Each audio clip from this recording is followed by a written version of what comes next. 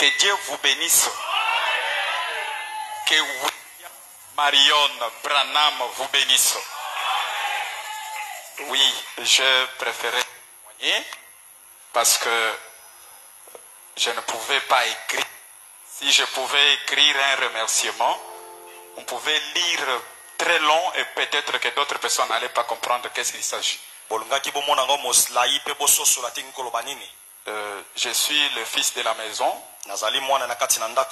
Lorsque nous disons nous sommes les enfants de la maison, c'est que nous sommes les vrais enfants de la maison. Nous croyons à ce Dieu-là que le pasteur Ben nous.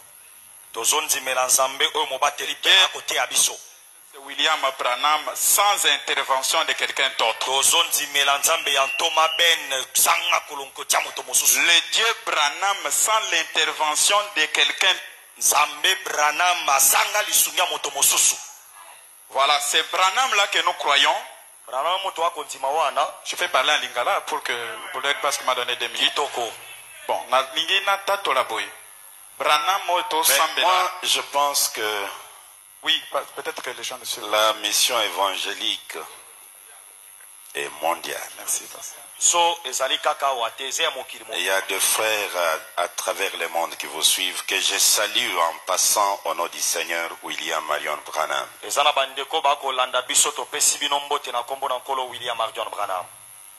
Merci beaucoup, pasteur. Nous revenons pour ne pas perturber aux bien-aimés qui sont de loin de suivre aussi ce que nous sommes en train de dire. Vous savez tous que dans notre parcours ici à l'église, nous avons toujours été fidèles derrière William Marion Branham, dans les montées ou dans les descentes. Nous avons eu beaucoup d'événements que nous avons peut-être écrits sans témoigner. Mais cette fois-ci, nous avons décidé de témoigner parce que nous avons vu William Branham en action directe. 5 ans de mariage, nous n'avons pas eu l'enfant. Nous sommes allés dans la campagne sur 7e rue. Je suis allé personnellement voir le pasteur pour prier. Je pense qu'il va se souvenir. Quand je suis allé, je lui ai demandé, je suis venu pour réclamer ne fût-ce que mon enfant. C'est tout ce que j'avais dit. Lui, entre moi et ma femme, nous sommes agenouillés, il a prié. Le mois de juin, je pense que nous avons tenu la campagne. Et au mois d'août, ma femme est tombée enceinte. Et ça n'a pas fait longtemps. William Branham a répondu. Nous l'avons remercié. Ça n'a pas traîné. 4 mois après, nous avons été attaqués par le premier démon. Le diable nous a attaqués sur encore l'avortement. J'ai emmené ma femme à l'hôpital au 10e rue. C'était vraiment difficile. Pendant 12 jours à l'hôpital, l'avortement était déjà, l'école était ouverte et il voulait déjà avorter. Mais le Seigneur Branham a intervenu. Miraculeusement, même les docteurs n'ont pas compris et a bloqué l'école. Nous avons passé cette étape-là. Ce n'était pas facile. Nous arrivons à l'accouchement. Les docteurs me préparent 48 heures après, avant. On me dit qu'il faut préparer l'argent parce que c'est possible que votre femme puisse mettre au monde à travers les césariennes. Je lui ai dit, je prépare la prière à la place d'argent. Lorsque nous sommes allés à l'accouchement, ma femme a accouché sans l'intervention des césariens.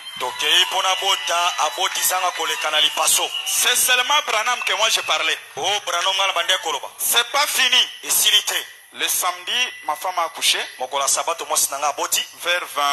23h57 minutes. Le dimanche, j'ai écrit les remerciements ici. Le même dimanche soir à 23h encore, le diable est revenu en vitesse pour attaquer l'enfant. Il a attaqué l'enfant terriblement. C'est un garçon, les gens qui ont mis le monde avant nous, ils connaissent quand l'enfant avale de l'eau à sa naissance et passe tout ce temps-là sans l'intervention d'un produit. Tout un jour, toute la journée, sans prendre le produit, mais il avait avalé de l'eau jaune à l'intérieur. Nous arrivons le lundi, à 5 heures, à 4 heures d'ailleurs, l'enfant ne respirait plus. Il avait fallu l'intervention de l'oxygène. On a mis l'oxygène, ils se sont battus. Arrivé à 15 heures, ça n'a pas tenu. Ils ont dit qu'il faut les transférer. On a transféré de Promedis vers Bondeko. Nous sommes arrivés à Bondeko à 17 heures. L'enfant avait la fièvre de 39,7. Et la respiration n'était pas de lui-même. Il ne respirait plus lui-même. Le grand Branham que nous disons ici est vrai. J'ai amené l'enfant avec ma belle-mère. Nous sommes arrivés à l'hôpital. Ma femme était restée à Promedis. J'ai convaincu la belle-mère de rentrer à Promedis pour que je reste avec l'enfant là-bas. Les docteurs ont pris l'enfant. Et ils sont entrés avec l'enfant dans la salle de néonatologie, là où il y a des couvertes pour mettre l'enfant. Ils se sont battus, fait ceci, le produit, achetez ça. Nous arrivons à 1 heure du matin. L'enfant a coupé le souffle. Donc l'enfant est mort.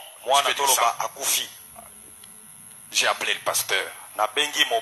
Je lui ai dit, voilà, que nous sommes venus ici, mais la situation semble difficile. Quand j'ai appelé le pasteur, c'était à 23 heures. Parce que je n'avais plus l'accès de là où l'enfant se trouvait. Je n'avais pas l'accès là-bas. Je l'ai simplement dit. Le docteur qui était là, c'était une dame. Elle a vu que l'enfant a coupé le souffle. Et elle m'a vu comment je suis entré. Elle a eu pitié de moi. Elle n'a pas voulu sortir pour m'informer que l'enfant est mort. Vous dire si je l'informe que l'enfant est mort à ce moment ici, comme il est embrouillé, il risque de se faire du mal. Je patiente un peu, je vais voir son attitude et puis je vais l'informer. La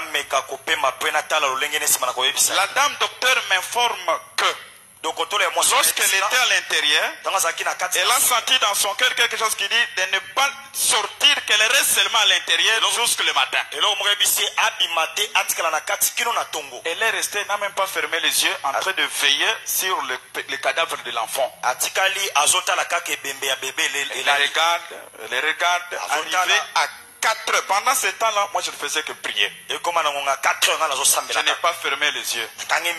À 4 heures, le docteur va voir l'enfant. Il voit le cœur de l'enfant en train de battre. Elle regarde. Qu'est-ce qui se passe? Est-ce que c'est l'oxygène ou il y a un problème? Elle enlève l'oxygène. Elle voit que l'enfant, effectivement, ne respire pas bien sans oxygène, mais le cœur, ça bat. Elle a dit, je patiente encore à 5 heures. Elle a patienté jusqu'à 5 heures. Elle revient, elle voit l'enfant bouger la main, agiter la main. Elle est sortie à 5 heures. Elle est venue me voir au couloir. Elle m'a dit, papa, parce qu'on appelle l'enfant là-bas, le nom de sa mère, Papa Tumba. Papa Tumba, tu as un vrai Dieu. Elle a témoigné. Ton Dieu a ressuscité ton enfant. Elle a commencé à me relater tout ce que j'ai dit ici. Voici ce qui s'est passé, voici ce que je ne peux pas te dire, mais quand j'ai vu, voilà. J'ai dit, je me suis dit d'ailleurs, à 5 heures, j'appellerai les infirmiers qui viendront nous remplacer pour qu'eux-mêmes puissent annoncer la mort de l'enfant. Mais à 5 heures que j'attendais, j'ai vu l'enfant en train de bouger de mains, en train de pleurer. J'ai remercié le Seigneur. Comme l'enfant était encore à l'intérieur, je n'ai pas même voulu dire ça à sa mère. J'ai demandé au docteur de Promedis de m'envoyer encore sa mère au niveau de Bondeko pour qu'on continue les soins aussi là-bas. Ils ont commencé encore à soigner l'enfant pendant 1 semaine sous l'oxygène. Après une semaine, on nous a donné l'enfant. L'enfant était bien. On donne la facture, vous payez, demain vous sortez. Le matin, quand nous venons pour payer sortir, les diables revenaient encore avec puissance sur l'enfant. L'enfant encore chuté à 0. 3 jours de traitement, les docteurs m'ont affirmé que Tosuki, non, c'est fini. Nous avons fait tout ce qu'on devait. Nous sommes limités ici. Pour nous, tu peux aller aux cliniques universitaires. Pendant ce temps, il y avait les enfants que Dieu récupérés, sort cadavre, l'autre sort de ce côté, l'autre même a laissé l'oxygène à mon enfant. Décédé, est parti, il n'y avait plus d'oxygène. On m'a demandé l'autorisation, j'ai dit donnez seulement. On a donné l'oxygène de l'enfant qui était mort, on a amené les... Donc c'était des vies comme ça, vous sentez que Dieu est en train de récupérer des innocents. Les enfants innocents sont en train de partir, mais Faël était protégé. Nous sommes partis encore à l'Unikin. Ils se sont battus comme ils pouvaient se battre. Et Dieu a épargné l'enfant à la mort. Mais l'événement de l'Unikin que je vais témoigner, c'est encore le jour que nous devrions sortir de l'hôpital. Il fallait qu'il fasse l'examen des CRP. Pour contrôler l'infection qui avait pénétré dans les poumons de l'enfant. Le premier jour quand nous sommes arrivés, on a calculé, on a vu ça, c'était à 96% au lieu d'être moins 6. Je pense que les docteurs comprennent ce que je suis en train de dire. L'infection était vraiment élevée. Ils ont traité pendant 3 jours, ça descendit à 48. Ils ont traité pendant 5 jours, l'enfant était cliniquement bien. Il n'y avait pas de problème. Ils ont dit, inutile de garder encore l'enfant ici, vous pouvez sortir. Nous avons payé ce qu'il fallait payer, et puis on doit sortir. Les médecins nous ont dit non, il faut qu'il y ait contrôle des CRP avant de vous libérer. Nous sommes allés, moi-même je suis allé faire l'examen, on a prélevé, on a fait l'examen. Les CRP remontent encore à 96. Les médecins se sont étonnés. Il faut dire, mais nous ne sommes pas en mesure de libérer l'enfant à cet état. J'ai dit, cette fois-ci, je vais combattre avec ces démons à la maison, pas ici. Vous partez avec l'enfant, j'ai dit, je pars avec l'enfant à cet état. Un docteur a dit à côté, on devrait te faire signer un document. Mais voir le degré de ta foi, nous te libérons avec l'enfant sans papier. J'ai dit merci. Je suis sorti avec l'enfant, avec les CRP 96, sans informer sa mère, encore moins ma belle-mère. J'ai gardé ça seul dans mon cœur. J'ai seulement dit à William Branham, tu as déjà guéri mon enfant. Ça c'est un petit démon. Tu peux raser ça rapidement. Je suis allé, l'enfant est allé à la maison. J'ai laissé l'enfant, je n'avais même pas traîné, sa mère n'a pas. Mais tu ne pars seulement pressé comme ça. Je pars parce que je ne peux pas supporter ça. Je ne voulais pas qu'elle insiste parce que j'allais dévoiler les secrets qui étaient sur l'enfant. Je suis rentré parce qu'ils sont dans la belle famille. Le premier jour, le deuxième qu'on devrait contrôler, j'ai dit on ne part pas aujourd'hui, on part encore après des jours. J'étais toujours en train de prier pour l'enfant. Nous sommes allés le vendredi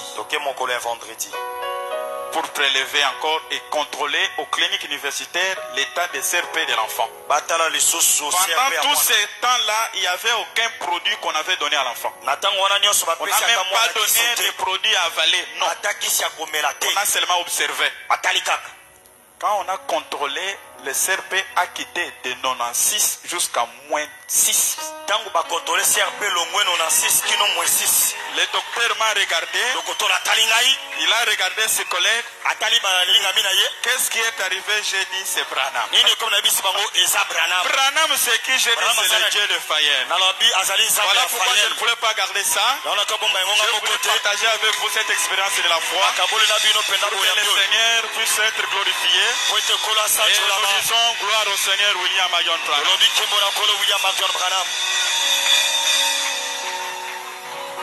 Acclamons très fort.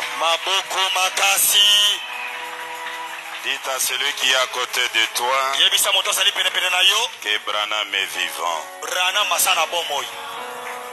Dites-lui encore que nous allons l'adorer dans toutes les circonstances.